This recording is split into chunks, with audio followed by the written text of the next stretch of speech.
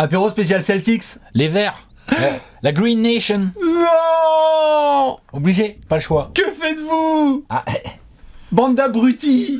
ça, qu'est-ce que tu veux que je te dise? Aïe, aïe, aïe, aïe, aïe, aïe, aïe. On avait envie de faire un apéro sur une équipe en forme. On avait du choix, parce que c'est pas ce qui manque, les équipes en forme. Hein. Calmez-vous les fans de Sacramento. Mais on pouvait pas faire ça à nos potos des Kings. Pas ça, encore. c'est pas possible. Pas encore. Non. Faut donner un peu d'espoir. Voilà, exactement. On va attendre qu'ils soient à 12 victoires de suite. C'est l'objectif, je crois. Hein. Tout à fait. 12, hein. Ah bah 12 minimum. Il y a 2 All-Stars aux Kings. Hein. Ils ont remplacé ceux des Suns. Pour ceux qui n'auraient pas vu. On s'installe tranquillou en faisant la bise. Apéro spécial Boston Celtics pendant que les fans de Boston sont en train de sécher leurs larmes et on est en train de les boire à la paille. Oui, petit apéro spécial Maison Verte car, mesdames et messieurs, au moment où on parle, Boston est numéro 1 de la conférence Est. Et Boston, franchement, vu comment ils jouent, la Trash Talkers, pour moi, ils en ont rien à faire. Rien à foutre. Vu comment ils jouent bien, honnêtement, on va pas se mentir, ils jouent vraiment bien au basketball. Ça joue vachement bien, donc qui aurait pu avoir l'idée de vouloir défoncer tout ça avec un peu de karma? Chaque chose en son temps. Ce qui est sûr, c'est qu'on va faire comme d'hab le gros point sur le début de saison de cette franchise. D'autres équipes vont tomber. Ah, je reçois des messages sur Twitter. Non, s'il te plaît, pas notre franchise. Nous, il y a des franchises, allez-y. Oh, l'apéro Warriors, ils tombent quand? Les Lakers, bordel. On aura l'occasion de parler de toutes les franchises. Fans de Portland, pareil. Fans de Utah, calmez-vous, on va débarquer. Utah, on attend. On attend quoi d'ailleurs? Je sais pas. On attend de voir si ils vont si Lauri Markkanen retomber revenir dans le rang ou pas. Ou pas. D'où les séquences qui sont en train de tomber et on vous fait des bisous, celles et ceux de la commu qui en profitent pour revoir les 30 previews en 30 jours et qui séquencent tout. On avait tout vu pour Utah. Notamment la partie prono qui est retombée. Je n'ai pas le pseudo de notre cher amoureux de Twitter qui a balancé la vidéo de nous qui disons la cote du champion, mais ça fait partie des petites surprises du début de saison.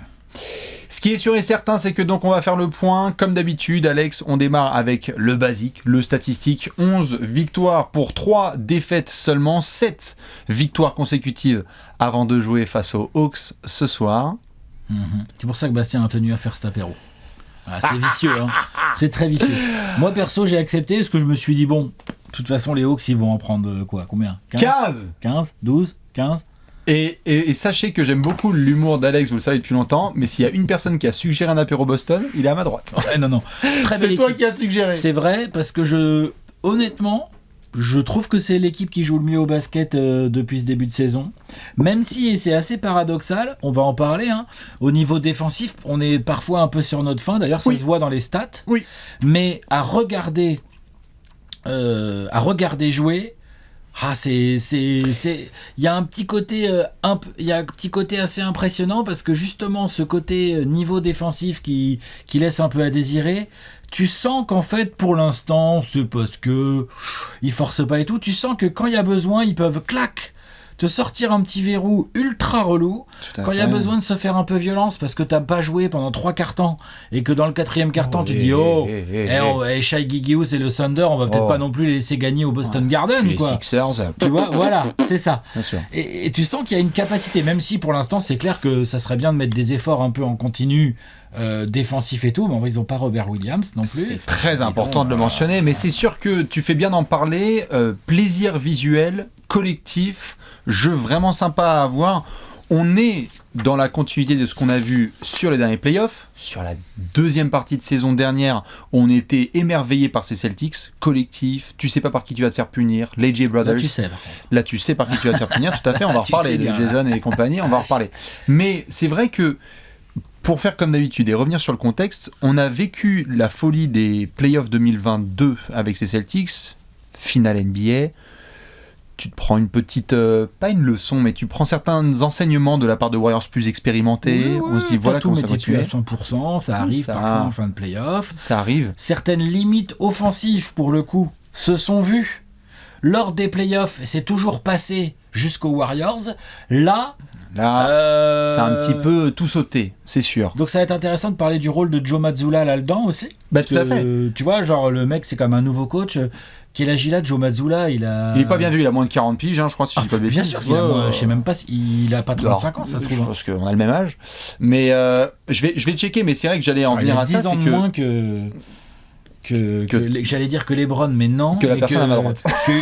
Que moi, c'est sûr. Oui. C'est sûr, mais je sais pas, que Udonis Haslem ou des gars comme oui, ça. Bien sûr, bien sûr. Mais c'est vrai que le contexte global, et j'allais y venir, c'est que on les a vus faire leur playoff de dingue. On a abordé l'été, on a dit OMG, Brad Stevens. Bon, certes, il y a la blessure de Danilo Gallinari, mais ils ont récupéré Malcolm Brogdon. Il y a plein de choses. Et ce qui fait plaisir avec cet apéro, moi je t'avoue, c'est que quand on a vu la bombe Ime Udoka tomber, quand on a parlé dans les 30 previews de wow, on s'est putain. dit, comment on Et bah c'est ça. C'est que moi ça Robert m'hallucine. Williams blessé, le coach qui est suspendu. Bien sûr, c'est qu'il y a commencé d'accord. à avoir des tweets de notre cher Celtics Nation. Salut Ismer et tous les On n'a pas le droit, sympathiques. On n'a pas le droit au bonheur et tout. On n'a pas le droit au bonheur parce que Gallinari, parce que Robert Williams, parce C'est que vrai. pas de prolongation avec Grant Williams, parce que coach se fait coincer la main où on ne sait pas, etc. Bref. Tu prends la fin août, début septembre, Ah non, mais côté c'était- Boston, oh là là. Ça ronronnait à Milwaukee et Philadelphie. Ah, on était les premiers ça- à penser ça. Et ce qu'on voulait voir, et je pense qu'il y a des séquences dans la preview des Celtics où on en parle, c'est que je crois, Alex, qu'on parlait du fait que ce qui était hyper important, c'est que Boston fasse un très bon début de saison. Bah là, Et là, la case, elle est cochée en vert, mais en vert. Vert de chez vert. Et du coup, rentrons dans les détails. Alex, on en parlait depuis quelques jours. Plaisir visuel, oui. Efficacité offensive, numéro 1 NBA. numéro 1 NBA, le meilleur rating offensif, on est à presque 120 points pour 100 possessions. C'est très très très très sérieux. C'est létal. On est top 3 en volume de shoot à 3 points et on a le 3e ou le 4e meilleur pourcentage de réussite de la ligue. Donc tu as un énorme volume avec un bon pourcentage. Donc déjà ça, on sait que dans la NBA actuelle, le 3 points c'est quand même sérieux. Mais après en fouillant un peu, tu vois déjà dans les stats bruts, tu vois une équipe, genre t'as 12 joueurs, depuis le début de saison, t'as 12 joueurs qui ont participé au moins à 6 matchs, qui sont à plus de 10 minutes de moyenne. Ça veut dire que, on va en parler de Joe Mazzulla et de comment, mais il va bien. On avait parlé de la profondeur de ce groupe, bah là, Joe Mazzulla, il l'utilise. Alors qu'il y a des absents. C'est-à-dire que t'as Smart, Brown, Tatum et Horford, je crois, Impeccable. qui sont à plus de 30 minutes par match, qui sont les gros titulaires. Bien sûr. Après, t'as des Derrick White, Grant Williams, Brogdon, même si là, il a raté les 2 ou 3 derniers matchs, Brogdon, mais qui sont à genre 20-25 minutes par match.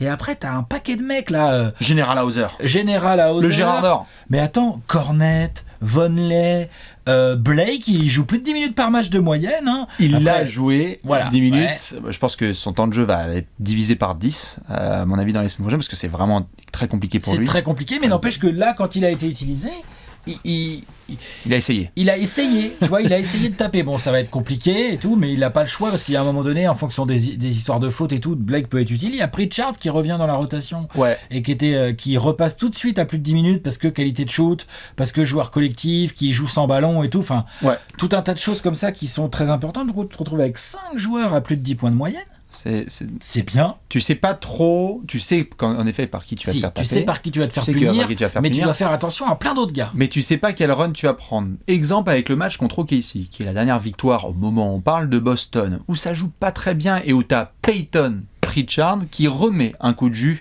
et qui va être subi par les autres. Ça a été Brogdon précédemment en sortie de banque qui les a bien aidés.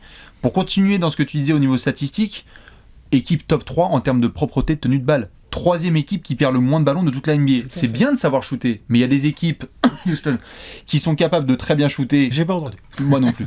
Qui sont capables de très bien shooter certains soirs, mais qui perdent Certains soirs. des wagons de ballons, tout à fait, certains soirs. Mais il y a des équipes qui sont hyper up-tempo ou qui envoient du shoot, mais parce que t'as pas été propre, bah du coup, t'as perdu des ballons, t'as vendangé certaines possessions. Et là, Boston, non seulement ils sont, comme tu le disais, numéro 1 de la NBA en 3 points rentrés, numéro 3 en pourcentage au tir, numéro 4 en pourcentage à 3 points, et numéro 3 en propreté de balle, c'est merveilleux. Et c'est là aussi où je reviens sur l'intro où je disais oui, je crois beaucoup à leur potentiel de améliorer le côté défensif, c'est qu'en plus ils font tout ça à une pace assez lente. Ah ouais. Ils font tout ça à leur rythme. Ils font pas ça genre en mode c'est YOLO, transition, run and gun. Non. Les Celtics, ils ont un jeu qui est basé autour de 2 ailiers, Jaylen Brown et Jason Tatum. On va parler d'eux évidemment. Le meilleur duo d'ailier de la NBA. Actuellement, ça va être compliqué d'aller leur contester ça. Je demande duo juste... délié, même duo tout court. Je demande juste... Duo tout court, il cause. Pour moi, duo délié, j'arrive même pas. Je demande juste Vas-y, les termes. balance d'autres duo délié qui peuvent rentrer dans la discute. Tu sais que j'aime bien balancer des bombes comme ça, c'est juste savoir... Délié, voilà, Jason Brown, pour moi, Jalen Brown, c'est un 2-3, et Tatum est un 3-4, allez, mais c'est des extérieurs. Ce sont des extérieurs sur les ailes. On attendait la saison dernière de voir s'il était capable de confirmer. Ils ont été énormes. Là, sur le début de saison, oui, il y en a dans les commentaires qui vont, je pense, balancer. Mais c'est pour ça que je pose la question. C'est, tu peux être fan de Boston et dire on a le meilleur duo d'ailier de la NBA et tous les soirs, ils répondent présent. Moi, je pense que tu peux être fan de Boston et dire on a le meilleur duo tout court de la NBA. C'est possible. À vous de vous retrouver dans ça se défend bien. Et oui, tu peux. T'as pas tant de duos tout court qui vont venir nous c'est mieux. En ce moment, tu vois, par exemple, Middleton joue pas, il est blessé. Parce que sinon, tu vois, t'as toujours Yanis avec Middleton, des trucs comme ça. Il joue pas, il est blessé, donc il est pas là. Sûr. Donc voilà. Tu vois, t'as quoi Bon, Morant et Bane. Mais Memphis fait quand même un bien moins bon début de saison que Boston. Bien sûr. On va rigoler. Quoi, on attendait de voir, parce qu'on va prendre le temps de voir ce que Harden de retour donne avec Joel, parce que Embiid est passé à un... Ouais, mais puis là, Embiid, il est sale. Mais le problème, c'est que les Sixers, tu vois, il y a tout un truc. Tout à fait. Non, mais en soi, c'est pas... Non, ceux qui rivalisent, c'est Lillard, Jeremy Grant, quoi. Et c'est sûr, c'est sur eux qu'on comptait, bien évidemment. Et on verra. Non, mais il y a plein de franchises qui veulent qu'il y ait des mentions. Je lançais juste la discussion parce que c'était dans le cadre de ce que tu disais, c'est... Eux deux, il peut y avoir des tempêtes comme le fait de perdre ton coach, comme le fait d'avoir un nouveau assistant. Quand ton leadership est clair et que tu sais qui sont les maîtres à bord, en l'occurrence Jason Tatum et Jaylen Brown avec du vétéran Horford qui s'assure que le banc va bien, et Marcus Smart évidemment, mais les deux têtes du dragon, c'est eux deux. Et bah du coup la machine verte, elle avance quoi. Elle avance, puis elle est compliquée à stopper. Ils sont très très bons en effet sur le contrôle des rencontres. Moi j'avoue que ce qui m'a impressionné c'est ça, c'est on sortait l'exemple du Thunder qui m'a fait tout de suite écho au premier match de la saison contre Philadelphie, où même si ça joue pas très bien certains soirs, et où t'as l'impression que ça vendange. Moi je vois la Celtics Nation quand on se retrouve la nuit sur Twitter, il y a des moments où t'es là genre oh c'est la honte, c'est abusé, comment ça joue, et puis ils activent l'espèce de même de tu vois tu te redresses sur ta chaise avec ta manette, ils activent le mode playoff, et vu qu'ils ont cette continuité de la saison dernière, ça me montre aussi que Philly, Harden n'est pas là, Milwaukee, il y a du blessé et de l'absent, Miami, Tyler Hero n'est pas là. S'il y a bien une franchise, où certes il n'y a pas Robert Williams, mais où il y a des ensembles de continuité et ça se traduit, c'est Boston. Ouais, et puis Milwaukee, il n'y a pas Middleton, là il n'y a carrément pas Giroux, oui. Mais il y a quand même de la continuité, et du coup ça se voit aussi dans leurs résultats, parce qu'il n'y a pas si longtemps que ça, on aurait fait un apéro en disant Boston est deuxième de l'Est, derrière Milwaukee. Là pour l'instant ils sont premiers, juste devant Milwaukee, mais tu vois tout ça, ce sont toutes les deux équipes qui dominent l'Est sur ce début de saison. Bien sûr. Mais c'est vrai que Boston... Moi, c'est surtout le fait que, il y a un bon mouvement de balle, mais sans être une équipe où ça arrose de passes d'ess et tout, il y a pas mal d'ISO. En fait, Mazzulla, il a trouvé un bon équilibre entre comment je fais jouer les ISO, les sorties de temps mort, oui. Ah, ça, c'est bien pensé, avec beaucoup de variantes. Comment trouver des shoots ouverts, comment utiliser les qualités de Tatum et Brown qui font des énormes différences en 1 contre 1, et dès qu'on essaye de les trap un peu, on a vu des équipes essayer de trap un peu haut Jason Tatum, attention, parce que alors Ford lui il rigole pas, il va vraiment te planter dans la bouche, comme Grant Williams ou Hauser, ton pote Hauser là, quand il sort du banc, et maintenant que t'as Brogdon qui est quand même un mec à droit, et Derrick White qui est quand même aussi un mec capable d'en rentrer, en fait ils ont énormément d'options autour de ce monstre à 2 têtes où t'as un candidat MVP avec un lieutenant incroyable. Là, tout à fait. C'est vraiment un duo qui marche super bien. Bien sûr. Tu parlais d'il y a quelques jours, parce qu'on est encore dans le schéma... On commence à sortir des conclusions hâtives. On commence gentiment à sentir un petit peu. Et c'est vrai que là, on revoit les patrons remettre les points sur les i. C'est vrai qu'il y a quelques jours, on était sur cette discussion Giannis, Donovan Mitchell, Luka Doncic. Jason Tatum, il est arrivé, il a dit écoutez les copains, il y a un moment, il va falloir mettre du respect sur ce qui s'est passé. Vous avez vu les derniers playoffs, on était dans la discussion de savoir qui était le meilleur joueur des playoffs avec Steph, c'était Jason Tatum, il avait été monstrueux. Là, il reconfirme. On revoit aussi les efforts qui ont eu lieu l'année dernière. Ça me fait marrer parce qu'il y a 1 an, c'était la crise. Enfin, je veux dire, il y a 1 an, au début de saison de Boston, on se demandait s'il fallait garder Tatum et Brown ensemble, si ça allait marcher. Et il y avait des players meetings. Ils n'arrivaient pas à attaquer. Ce qui est fou, c'est qu'ils n'arrivaient pas à attaquer. Et maintenant, avec quasiment la même équipe, ils ont la meilleure attaque. Bien sûr, il y avait des players meetings où on voyait Marcus Smart dire bon les gars, il y a un moment il faut faire tourner le ballon. T'as l'impression que plus jamais ils veulent revivre ça, donc ça partage bien. S'il faut verrouiller, il faut verrouiller. On est sur un début de saison impeccable. Tu vas pouvoir attendre le retour de Robert Williams qui va changer bien des choses, parce qu'en termes d'intimidation défensive, il n'y a pas un joueur de... J'adore Cornet, j'adore Horford, mais il n'y a pas un joueur qui lui arrive au mollet en termes d'intimidation protection arceau. Le remplaçant d'Horford au poste de pivot, là, il joue soit small avec Grant Williams, soit il fait rentrer Luke Cornet. C'est ça. C'est pas non plus des options qui font rêver, quoi. Bien sûr. Donc Robert Williams, très attendu dans son comeback. En début de saison, j'ai l'impression que ça... Non mais Vonleh et Blake Griffin, c'est pas... Tu vois, je sais pas s'ils passent en février. À voir. Et Brad Stevens va nous réserver comme date des petites surprises. Mais c'est vrai que Robert Williams est hyper attendu, parce que si cette équipe elle retrouve Robert Williams et Brogdon qui a été absent à un certain moment, tu peux avoir la full version des Celtics. Et là, moi, ce qui va m'impatienter, c'est de voir Boston vraiment dominer contre des adversaires attendus. Parce que si on regarde leurs 14 matchs joués, 11 victoires, 3 défaites. Pas le calendrier le plus balèze de l'année. Tout à fait. Mais il y a eu quelques belles choses, mais ça va, ils ont battu 2 fois les Pistons. C'est ça. Moi, j'allais y venir en détail. Tu bats 2 fois les Pistons. Qu'est-ce qu'ils ont fait ? Ils ont fumé les Knicks. Qui c'est qui les a battus ? T'as été gagné à New York, et c'est là où j'en viens à qui les a battus, c'est Cleveland ? que tu as perdu 2 fois contre Cleveland. Et les Bulls aussi, je crois. Et les Bulls. Ouais. Tu as perdu 2 fois contre Cleveland sur des matchs particuliers, parce que c'est une équipe élite de l'Est qui est attendue, en tout cas avant qu'il y ait un apéro. Réalité. mais donc, du coup, ces 2 défaites-là, on va voir, on va en parler après dans le calendrier à venir, mais on va voir ce que donne Boston aussi contre des équipes élites, parce que tu as battu, certes, Memphis à Memphis. Très bien. Ils ont été capables, mais il y a des absents aussi à Memphis. Donc, même si on veut parler de Robert Williams, on vient de retrouver Jaren Jackson Jr., et il y a des garçons qui ne sont pas là. Cleveland a montré une certaine manière de pouvoir les punir lorsque les efforts défensifs ne sont pas faits. Ils ont vraiment pris une fin de match à Cleveland. Tout à fait, mais ils ont pris des fins de match qui étaient pas cool. La fin de match à Cleveland, j'étais assez déçu de ce qui avait été proposé. Ils ont levé le pied. Par la suite, on va avoir là un déplacement à Atlanta ce soir. Bon, tu vas jouer à New Orleans. Atlanta, c'est un vrai test. Hein. Tout à fait. Faut pas négliger Atlanta. Atlanta, c'est une équipe sérieuse qui vient de fumer les Bucks. Oui, il y a bien d'autres mondes aussi. Hein. 2 fois les Bucks.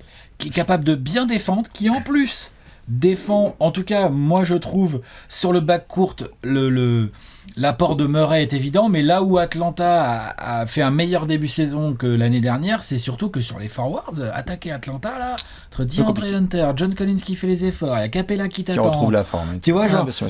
Donc du coup, et Boston aime bien, tu vois, t'as Tatum, donc Tatum défendu par DeAndre Hunter, avec toutes les aides qu'il y a autour et tout, on va voir comment la très bonne attaque de Boston va s'adapter en termes de schéma, en termes de tactique, parce que jusqu'à maintenant, ils ont été capables de faire les efforts pour verrouiller quelques matchs, trouver la solution quoi qu'il arrive. Et ils ont été capables, genre un peu sur le petit côté en régulière, c'est pas tout à fait ça, c'est pas comme en playoff, mais le petit côté jeu d'échecs en cours de match. Jusqu'à maintenant, il y a toujours eu Boston où ils font ils ont trouvé. Voilà, ça y est. Mais c'est ce qu'ils ont montré. Bien sûr. Maintenant, quand tu as le calendrier complet, ce soir déplacement à Atlanta. Ouais. Tu vas ensuite à New Orleans. Ok. Attention. Non, attention, bien sûr, New Orleans. Tout à fait. Tu vas à Chicago. New Orleans, beau Dio Deli aussi. Bien sûr. Tu vas à Chicago, c'est un petit road trip de 3 matchs. Chicago, tu les as perdus une fois, tu les as battus une fois. Ouais, donc il faut... Chicago, c'est pas la grosse fête ces derniers temps quand même, on va pas se mentir. Voilà. Donc il faut pas se louper. Quand tu rentres à la maison, t'as un duo qui est assez marrant. Parce que tu vas affronter les Mavs de Luka. Ouais. Attention, la dernière, il t'a tapé au buzzer, et puis l'autre, quand il veut, il peut faire des dingueries. Même quand il veut pas, il peut faire des dingueries. Tout à fait. Ouais. Ensuite, tu vas jouer nos chers copains de Sacramento. Les Kings sont en déplacement à Boston. Tu peux les prendre de haut si tu veux, mais gare à toi, parce qu'en ce moment, quand tu les prends de haut, t'en prends 150. T'en prends 150, salut les Nets.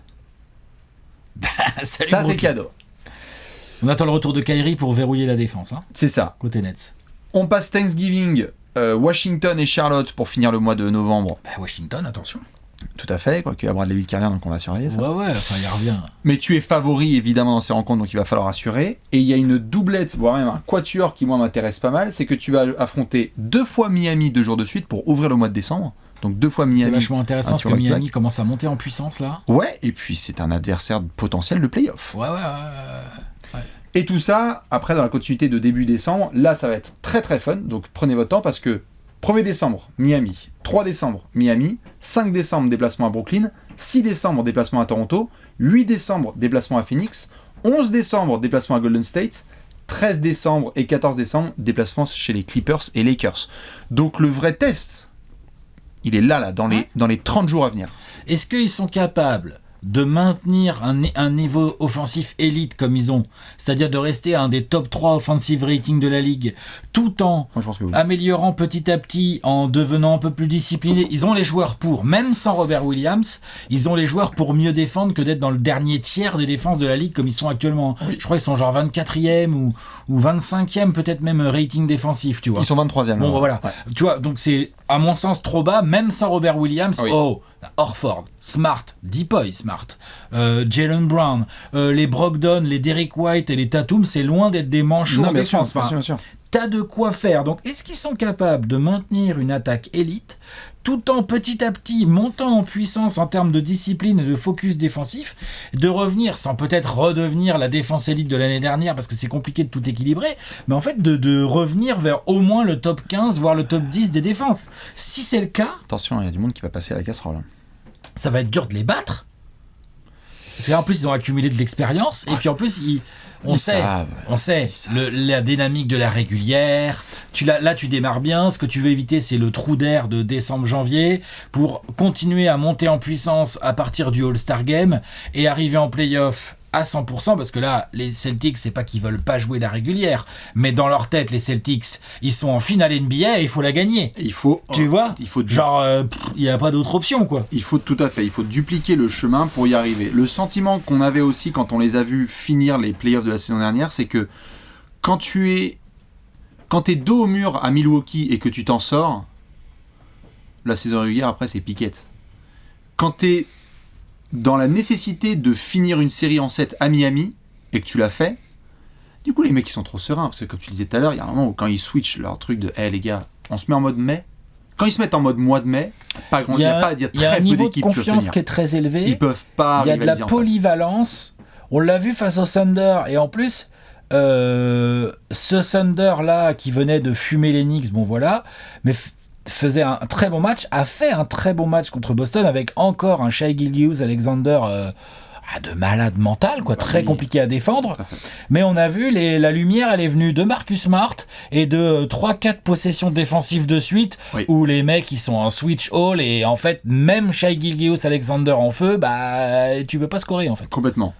Et eux, ils scorent toujours de l'autre côté parce qu'ils attaquent trop bien, quoi. Sur ta notion d'attaque, moi j'ai l'impression que c'est quelque chose qu'ils peuvent maintenir parce que, certes, ils ont des pourcentages merveilleux à 3 points et c'est très bien, mais c'est pas non plus hors du monde. Enfin, je veux dire, ils sont 38%. Ils sont à 38%, c'est très bien.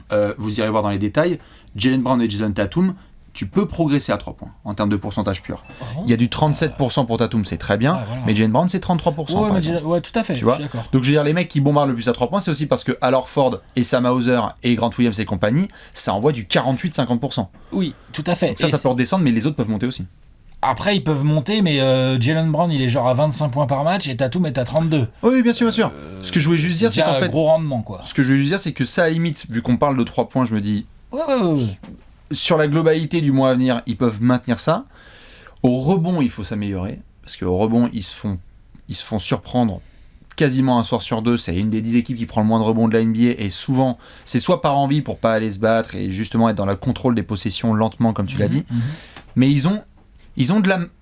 Comment dire ? Ils n'ont pas non plus une marge de dingue offensive, mais ils ont de la marge sur d'autres aspects dont tu parles, c'est-à-dire défense, rebond notamment. Ouais. Ça, je pense qu'ils peuvent vraiment faire un taf. Et puis, on en a parlé brièvement, mais je pense quand même que ça mérite qu'on en parle un peu plus. C'est que là, toi, t'as dit Jason Tatum, c'est clair qu'il a vu la discussion MVP entre Giannis, Luka et Donovan Mitchell. C'était à l'époque. Ça l'a énervé. Et effectivement, Jason Tatum est sur un début de saison où... de la MVP. Disons que si t'es premier de l'Est et que le mec il met 32 points par match, oui, c'est clair que déjà rien que ces deux trucs là, c'est un dossier pour être MVP, tu vois. Déjà. Sans parler du mec, il participe bien au rebond pour le coup, lui. Oui, parce qu'il y a 32 points dans une équipe super forte, mais on a déjà vu des gars comme ça, c'est pas des MVP. Là, c'est vraiment, il y a du leadership, il y a des deux côtés du terrain, c'est super. Ça se bat en défense, ça refuse pas ses responsabilités. Non, il est droit dans ses pompes. Il a l'air bien serein. Il a passé un truc avec les playoffs, c'est pas ça. Ouais, Jason Tatum est aujourd'hui, tu vois, Kawhi Leonard est blessé, il joue pas. LeBron est clairement sur le déclin, l'âge aidant et tout, tu vois, en plus là il se blesse, puis alors les Lakers c'est l'enfer. quel ailier est vraiment meilleur que Jason Tatum aujourd'hui en NBA en fait? Bon, tu peux dire Kevin Durant sur certains soirs, parce que tu vois Kevin Durant jouer, tu fais putain, mais sur la continuité là du début de saison. Ah oui, non, tu peux totalement, tu peux. Lequel en fait? C'est vrai, hein? Pas tant que ça. Tu vois, il y a peut-être des mecs qui sur certains secteurs vont le manger un peu, genre peut-être Jimmy Butler quand il se focus, c'est peut-être un peu plus un cadenas défensif. Ouais, bien sûr, bien sûr. Mais en attaque, moi je prends Tatum tous les jours, C'est sûr. Tu vois, donc il est en train de poser en tout cas les bases. Ouais, il est en train de poser les bases d'un dossier de MVP qui va être hyper intéressant parce que on avait mis Boston tout en haut de l'Est dans les previews. Moi je crois que je les ai mis 3e, je crois. Parce que moi j'avais confiance en Philadelphie. Ça fera peut-être l'objet d'un apéro, un de ces 4. Je sais plus si j'avais mis premier, vous me direz. Toi, je crois que t'avais mis les Bucks premiers et peut-être les Celtics 2e, peut-être. Comme ça. Peut-être. Mais en tout cas, mais on les avait mis top 3. Ouais. Bon, c'est pas non plus une surprise de les voir faire gagner des matchs en début de saison vu le calendrier. Par contre, ce qui est assez intéressant, moi, en fait, je m'attendais pas à une attaque aussi performante. Et j'y crois vraiment quand je pense que c'est une équipe qui petit à petit défensivement est capable de monter en régime et de retrouver des bases un peu plus dans les cordes de ce qu'ils faisaient l'année dernière. Ouais. Et si c'est le cas, c'est énorme. Waouh! Moi je pensais pas, à la limite l'attaque je pouvais imaginer ça parce que moi je trouve vraiment que c'est impressionnant quoi.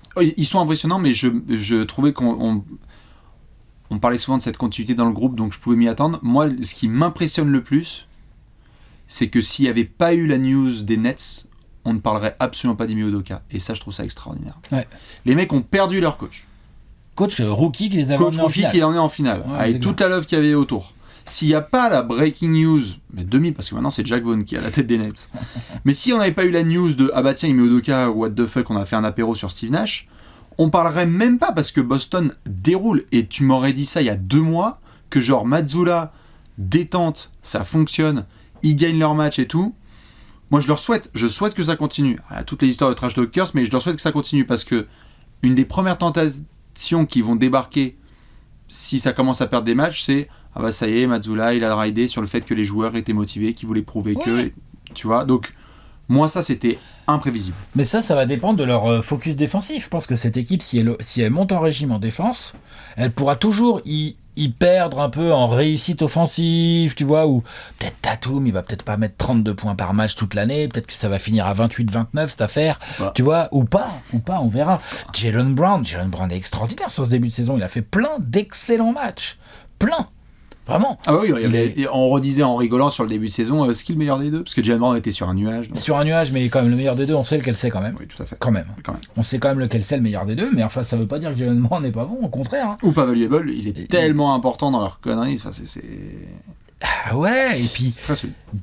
Du coup, ça leur fait vraiment 2 immenses options, des 2 côtés du terrain, plus du Marcus Smart qui est capable, on l'a vu...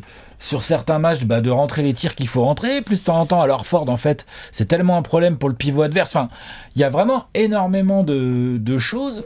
Ce qui est assez fou, c'est que j'ai la sensation que Boston est premier de l'Est, avec une attaque incroyable, mais qu'il y a mieux à faire en défense. En plus, il te manque ton pivot titulaire.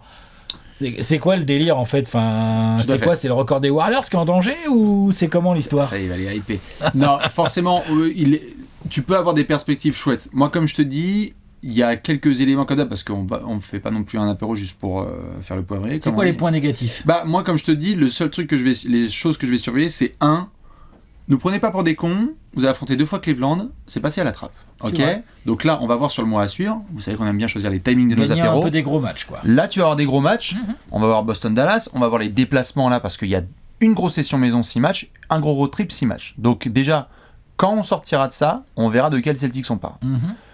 Deuxièmement, voir comment revient Robert Williams et dans quel état. Parce quand et comment il revient, c'est-à-dire que quand il revient dans le groupe, l'objectif, comme tu l'as dit, c'est clair, c'est retourner en finale NBA et c'est d'avoir un groupe qui est au max de ses capacités. Donc s'il joue bien comme ça, et qu'il se réintègre bien, super, mais attention, parce que j'adore ces Celtics-là, moi, ce n'est que mon avis, mais je ne sais pas si ce groupe-là, sans Robert Williams, va chercher le titre. Je pense qu'il est trop important défensivement dans ce qu'il a montré et son adaptation et la manière dont les joueurs s'adaptent autour de lui. Je regarde les dernières updates là. Ouais. At least December, mais December c'est un peu large quoi. Donc, on va voir comment ils font. Il y a au moins à finir novembre déjà sans Robert Williams. déjà. Tout à fait. Autre élément, savoir comment ça va se passer aussi avec la santé de certains, c'est-à-dire qu'évidemment on touche du bois pour Robert Williams, mais on le sait aussi que là, Al Horford, il fait un super début de saison et que l'objectif à la base de Brad Stevens, c'était aussi de reposer parfois Monsieur Al Horford lorsqu'il y a des back-to-back, etc. Pour le moment, il y a eu 1 ou 2 repos, mais sinon, t'as du full Al Horford, donc c'est génial. Mais c'est pas l'objectif. L'objectif, c'est qu'il soit, comme tu l'as dit, en pleine santé le 15 avril. Bien sûr. C'est là où t'as besoin de Robert Williams dans ta rotation, ça c'est sûr et certain. T'as ça, t'as Malcolm Brogdon, où quand il a été récupéré, certains ont dit, on adore le joueur, mais alors quand il est pas là, c'est souvent le cas, qu'il soit pas là. Et donc là, il commence à avoir 1 ou 2 absences, en espérant que ça va pas se prolonger, tu vois. Je suis d'accord. Mais ça fait une assez courte liste. C'est pas non plus incroyable. Là, je viens de parler de santé, de kiné et de mercurochrome. Après, les mecs sont finalistes la saison dernière. L'effectif a pas tant bougé que ça, en fait, à part le coach. Ils ont rajouté Brogdon, quoi, en gros. Brogdon et Sam Hauser, tu vois, au calme. Donc, ils ont toujours leurs 2 leaders. Leurs 2 leaders qui sont des joueurs jeunes, qui sont encore en train de progresser. Je rappelle que Jason Tatum, quel âge il a ? 25 ans ? 24 ans, 25 ans, 26 ans. Jason Tatum est un 98. Il a 24 ans. Voilà. Il va avoir 25. Voilà. Donc, ça se trouve, il est même pas dans son prime, lui aussi, tu vois. Ouais. Donc, tout ça va être à regarder. Là, moi, vraiment, je suis très hypé par les Celtics. Je vais suivre leur saison de près en me disant, ok, l'année dernière, ils ont raté leur entame de saison, ils ont retourné leur saison à mi-saison en devenant une défense complètement ouf et une attaque qui était basée sur des joueurs forts. Là, ils démarrent avec une attaque collective basée sur des joueurs forts, mais quand même collective, assez impressionnante. Et ils n'ont pas retrouvé encore du tout les bases défensives de la saison dernière. Donc j'ai envie de me dire, putain, mais s'ils retrouvent un délire un peu proche de l'année dernière au niveau défensif, dis donc, attention. Complètement. Là, ça va trembler à l'Est.